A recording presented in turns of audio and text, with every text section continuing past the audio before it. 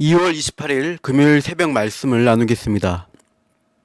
본문은 창세기 35장 23절부터 36장 8절까지입니다. 약속의 땅 최종 목적지를 향하라. 약속의 땅 최종 목적지를 향하라 하는 제목으로 새벽 말씀을 나눕니다.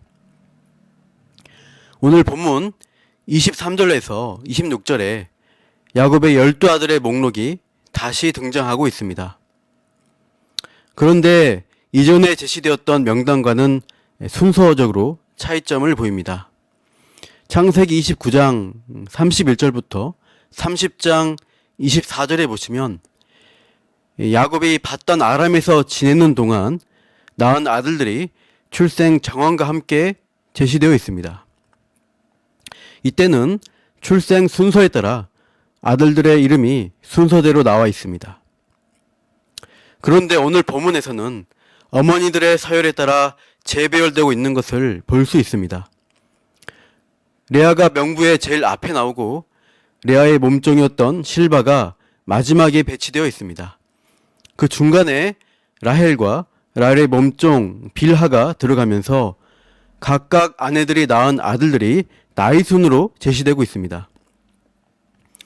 그런데 동일한 순서가 출애굽기 1장에도 나옵니다. 한번 찾아보셔서 비교해 보시면 좋겠습니다. 출애굽기 1장 2절에서 5절 제가 읽어드리겠습니다. 르우벤과 시므온과 레위와 유다와 이사갈과 스불론과 베냐민과 단과 납달리와 갓과 아셀이요 야곱의 허리에서 나온 사람이 모두 70이요 요셉은 애굽에 있었더라. 출애굽기 1장 명단에서는 부득이하게 라헬의 아들 요셉이 순서에서 빠져 있는데 그 이후로 5절에서 이미 요셉이 애굽에 가 있었기 때문이라고 설명하고 있습니다. 그래서 요셉만 제외하면 출애굽기 명단의 순서가 레아의 6아들, 그 다음 라헬의 아들, 빌하의 2아들, 마지막에 실바의 2아들 순서로 오늘 본문과 동일한 것을 알 수 있습니다. 왜 오늘 본문의 명단이 출애굽기의 명단과 동일하게 나타날까요? 일부러 짝을 맞추려고 한 의도가 있다고 할 수 있습니다. 본문 26절 하반절 이들 명단 다음에 나오는 설명에 주목해 보십시오. 이들은 야곱의 아들들이요 밧단 아람에서 그에게 낳은 자더라. 밧단 아람에서 낳았다고 굳이 장소를 밝히고 있습니다. 그런가 싶지만 조금만 깊이 생각해 보면 이상한 점을 발견할 수 있습니다. 그렇죠. 24절에 나오는 베냐민은 아닌데 라고 발견되는 것이죠. 바로 몇 절 앞에 있는 18절 보시면요. 에브라스로 가는 길에서 라헬이 베냐민을 낳다가 상고로 죽었다고 되어 있습니다. 분명히 베냐민은 밧단 아람이 아니라 가나안 땅에서 태어났습니다. 36장 5절 하반절에 에서의 아들들이 모두 가나안 땅에서 태어났다고 하는 것과 마찬가지로 야곱의 아들 중 베냐민만은 가나안 땅 출생입니다. 그러나 성경은 의도적으로 베냐민을 밧단 아람 출생으로 정리해버리고 있습니다.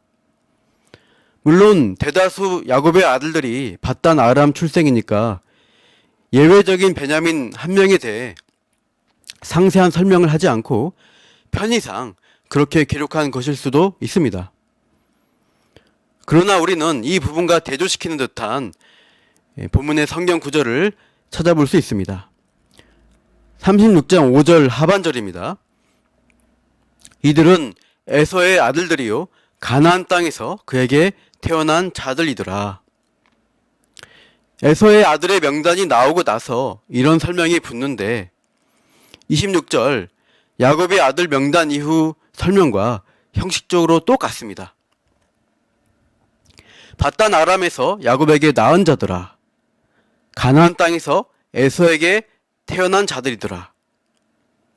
개역 개정 성경에서는 낳았다와 태어났다라고 두 구절을 좀 다르게 번역했지만 원어로 볼 때 둘 다 동일한 동사를 쓰고 있고 낳은 자들이라는 동일한 복수형을 쓰고 있습니다. 차이점은 바단 아람이냐 가나안 땅이냐 하는 것입니다. 바단 아람이라는 말은 아람의 들판, 평야라는 뜻입니다. 야곱이 목축하던 아람의 들판에서 태어난 아들들과 가나안 땅에서 태어난 에서의 아들들이 대조되고 있는 것입니다. 아내들의 출신도 대조가 됩니다. 아브라함의 혈족이지만 아람 사람으로 분류되는 라반, 그래서 야곱의 아내들은 아람 사람인데 반해 에서의 아내들은 다 가나안 여인으로 볼 수 있습니다. 창세기에서 가나안인 여인들은 매우 부정적으로 묘사된다는 점에서 야곱의 아람 출신 아내들과 대조가 되는 것입니다. 성경은 왜 이렇게까지 두 집안을 대조하고 있을까요? 그 이유를 우리는 야곱의 자손과 에서의 자손의 거주지 이동과 관련해서 추적해 볼 수 있습니다. 에서 가문이 어디로 거주지를 이동하고 있는지 본문에 나옵니다. 36장 6절 끝에 보시면 에서가 그의 동생 야곱을 떠나 다른 곳으로 갔다고 말씀합니다. 8절에서 에서 곧 에돔이 세일산에 가서 거주했다고 덧붙여 설명합니다.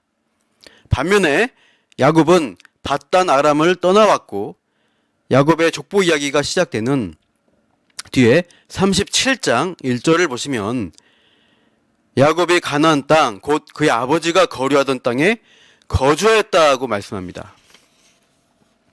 야곱은 에서와 다르게 아버지 이삭이 거류하던 땅에 거주하고 있는 것을 볼 수 있습니다. 거주지 이전에서 야곱과 에서는 분명한 대조를 이루고 있습니다. 야곱은 바단 아람을 떠나와 약속의 땅 가나안으로 입성했습니다. 에서는 약속의 땅 가나안을 떠나 동편 세일산으로 가버렸습니다. 기준은 뭐냐? 가나안 땅입니다. 약속의 땅 가나안에 거하느냐 아니면 떠나느냐, 이것이 둘 사이의 차이점을 만들어냅니다. 야곱이 떠나 있는 동안 에서는 실질적으로 가나안에 쭉 오래 머물지 않았는가?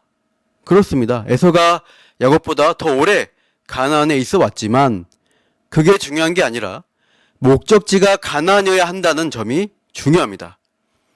가나안이라는 목적지를 향해 가야 하고 약속의 장소에 거주해야 하는 것이 하나님의 뜻입니다. 그러니까 가나안은 출발지나 경유지가 되어서는 안 됩니다. 목적지가 되어야 하는 것입니다. 목적지여야 할 가나안에서 이탈해버린 에서는 언약 밖에 거하게 됨으로써 결국 언약 백성에서 탈락하게 됩니다.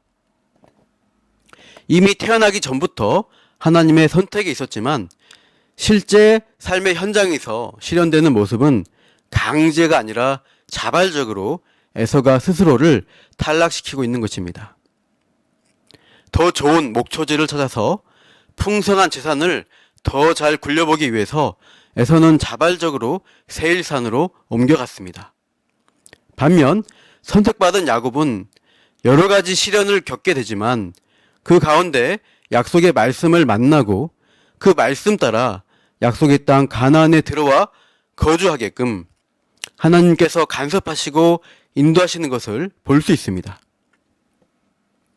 구원론적 측면에서 택함받지 못한 자들은 하나님의 말씀을 들어도 따르지 않고 약속의 말씀을 버려버리고 자발적으로 각기 제 길 찾아 세상으로 떠나버리는 것입니다.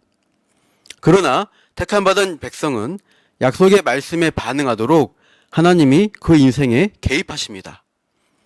내 마음대로 살던 가치관에서 떠나 약속의 자리를 향하도록 만드십니다. 거기는 네 살 곳이 아니다. 내가 너에게 지시하는 진짜 본향을 향해 떠나가라 하시며 이 시대의 아브라함들을 불러내시는 일들을 지금도 하시고 계십니다. 그 부르심이 매주 교회들에서 선포되고 있습니다. 나를 부르신 목적지가 어디인가? 내가 또 엉뚱한 자리에서 안주하고 있지는 않는가? 잘 생각해 보시고 수시로 인생의 방향과 목적지를 재조정해 나가시기를 축복합니다. 그리고 한 가지 더 생각해 볼 것은 출발점입니다. 왜 밧담 아람이라는 출발점을 강조하시는가 하는 점입니다. 가나안에서 태어난 것이 분명한 베냐민까지 밧단 아람에서 낳은 것으로 해서 그것을 떠나온 것에 대해 강조점을 두십니다. 지나온 본문인데요. 잠깐 35장 9절을 살펴보면 야곱이 밧단 아람에서 돌아오매 하나님이 다시 야곱에게 나타나셔서 약속의 말씀을 쭉 하시는 장면이 있습니다. 여기서 밧단 아람을 떠나 약속의 땅으로 돌아왔다고 하는데 사실 야곱은 이미 가나안 땅에 들어와 살고 있었습니다. 그런데 그가 멈춘 곳은 세겜이라고 하는 엉뚱한 가나안이었습니다. 베델이라고 하는 예배 자리, 약속이 있는 자리로 가야 했는데 엉뚱한 곳에 안주하고 있으니까 딸 디나 강간 사건이라는 시련을 겪게 하셔서 다시 그곳을 탈출하게 하신 것입니다. 그제서야 베델로 가서 제단을 쌓고 경배하려고 하는데 그 전에 해야 할 일을 깨닫게 됩니다. 그동안 덕지덕지 붙여온 모든 우상들, 라헬이 훔쳐온 드라빔까지 나무 아래 다 파묻고 출발하니까 35장 9절 말씀대로 이제야 제대로 밧단 아람에서 돌아왔다 하고 말씀하시는 겁니다. 야곱의 출발지였던 밧단 아람의 우상으로부터 그 죄로부터 떠나서 약속 안으로 돌아왔다고 하는 것이죠. 밧단 아람에서 약속의 땅으로 돌아온 것은 구속사적으로 보면 출애굽 사건과 연결됩니다. 설교 서두에 야곱의 아들 명단이 출애굽 1장과 동일하다고 언급했죠. 즉 출밧단 아람, 출하란이라는 것입니다. 야곱이 자신의 할아버지 아브람처럼 그 하란 땅을 떠나 약속의 땅으로 들어간 여정이 장차 이스라엘 민족이 행할 출애굽을 미리 보여주는 것입니다. 이제 이 두 사건의 비슷한 점을 설명하겠습니다. 잘 들어보시기 바랍니다. 삼촌 라반의 앞지 아래 머슴처럼 종로로 타던 야곱이 가나안 땅에 돌아가서 예배하라는 하나님의 부르심에 응답하여 길을 떠났습니다. 그 전에 압제하는 이 라반의 재산을 탈취합니다. 야곱이 그동안 착취당했던 임금에 대해 하나님이 정당한 보상의 차원에서 빼앗아 주신 것입니다. 그런데 야곱 가족은 도망가다가 무슨 군대같이 쫓아오는 라반의 추격을 받게 되지만 하나님의 개입으로 무사히 벗어날 수가 있었습니다. 이게 출애굽과 너무나 비슷합니다. 모세는 시내산의 부르심을 받아 애굽으로 가서 백성을 대표해서 광야로 사흘길쯤 가서 여호와께 예배할 수 있게 해달라고 바로에게 요청합니다. 그러나 강팍한 바로가 이런지하에 거절하자 하나님은 10가지 재앙으로 쳐서 출애굽하게 하십니다. 그리고 출애굽할 때 이스라엘 백성들은 애굽 사람들에게서 많은 재물들을 구하는 대로 얻어서 나옵니다. 그 장면이 출애굽기 12장 36절에 나오는데요. 애굽 사람의 물품을 취하였다 하고 되어 있습니다. 취하였다는 동사는 사실 약탈하다, 탈취하다는 의미를 담고 있습니다. 야곱의 경우와 같습니다. 그리고 곧 출애굽한 백성을 애굽의 군대가 추격해 오지만 하나님의 개입으로 홍해에서 군대는 수장되고 이스라엘 백성은 무사히 벗어나게 됩니다. 그러니까 구속사적으로 출애굽 사건의 예표로서 야곱 가문은 출밧단 아람을 해서 약속의 자리로 가는 신앙의 여정을 행하고 있는 것입니다. 그래서 실제로는 베냐민이 가나안에서 태어났지만 밧단 아람에서 가족과 함께 떠나온 것으로 해서 언약 백성이 약속의 땅이라는 목적지를 향한 여정 중에 있다고 하는 신학적 해석이 가미된 본문으로 볼 수 있습니다. 믿는 성도의 삶이 그렇다는 것입니다. 세상과 죄된 자리를 박차고 떠나서 내가 잘났고 내가 하나님 되려는 교만, 자기 우상, 자기 의의를 다 묻어버리고 약속의 말씀이 지시하는 본향, 최종 목적지를 향해 전진해 가는 것이 우리의 신앙생활인 것입니다. 오늘 나오는 족보도 암시하듯 이후에 야곱의 후손은 이스라엘이라는 민족으로, 에서의 후손은 에돔이라는 민족으로 나뉘게 되고 그 최종 목적지는 전혀 다르게 되는 것입니다. 롯은 풍요로운 재물을 더 확보하려고 아브라함을 떠나 약속의 땅 옆에 있는 요단 동편, 물 좋고 사람 살기 좋아 보이는 소돔으로 점점 옮겨갔고, 에서도 약속의 땅 동편으로 떠나 자기 눈에 보기 좋은 목적지를 향해 갔지만 그것은 장차 멸망할 도성이요 세상 애굽이고 음녀 바벨론으로 밝혀지게 됩니다. 그러나 아브라함, 이삭, 야곱과 같은 약속의 사람들은 오늘도 매 순간 내 안에 우상을 버리는 씨름을 하면서 진짜 가야 할 본향을 향하여 전진해 가는 것입니다. 사랑하는 성도 여러분, 우리도 믿음의 선조가 걸어간 그 목적지를 향한 여정에 힘있게 동참하시기를 축복합니다. 기도하겠습니다. 약속을 주시고 약속대로 이루시는 하나님 아버지, 오늘도 우리가 말씀을 듣고 기도하며 하늘 아버지와 교제하는 자리로 불러주시니 참으로 감사드립니다.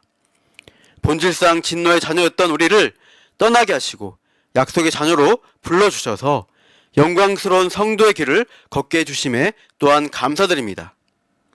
오늘 하루 어지러운 세상을 살아갈 때 이 땅에서 먹고 살아가는 것, 잘 사는 것, 떵떵거리는 것을 목적으로 삼지 않고 영광스러운 하나님 나라를 바라보며 기대하며 드러내며 힘있게 살아가게 하여 주옵소서. 오늘도 연약한 자에게 강함으로 붙드시는 하나님의 손길을 기대하며 이 모든 말씀 예수님의 이름으로 기도드립니다. 아멘.